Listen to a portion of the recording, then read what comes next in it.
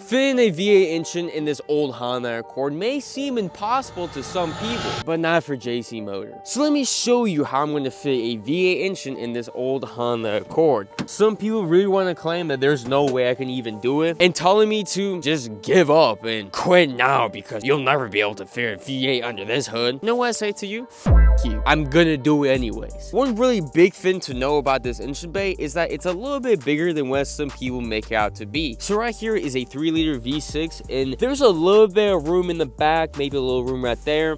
As you can see, it's not super tightly packed in here. I don't have the exact measurements of the V8 yet because I don't know exactly which one I'm going to go with. Most likely an LS1 for now, and then of course either a Hellcat engine or a Demon 170 engine later down the line. But worst case scenario, let's say that I do need some extra room in this engine bay. Some people were suggesting I could like push back the dashboard or whatnot to kind of, you know, keep a stock appearance on the front. But honestly, I feel like it'd be way easier and cheaper to just extend the front. You know, like the front is very easy to extend. You just have to, you know, I don't know if it's very easy, but in comparison to pushing back the whole like dashboard and like the car and all that stuff, that's gonna be more difficult than just welding on a little bit more of a frame right here. And I don't think it even needs to be pushed back that much further. And also, worst case scenario, if I can't fit the battery up here, throw the battery in the trunk or relocate to a different location. It is going to be a completely custom built car because essentially everything's being replaced. It's going to have new suspension, new engine, new transmission, new axles, new tires, new wheels. Like, it's going to look very interesting, especially because at first I'm not going to have a wide body on it, but the wheels are definitely going to stick out a good bit in the back because of the axles and whatnot. It will be rear wheel drive and it will also be manual. I have had enough of automatic transmissions in this car. Let me tell you a little story real quick. When this car started to really pick up traction, just a little bit after I made the first Hellcat swap video, the transmission blew 3 days later.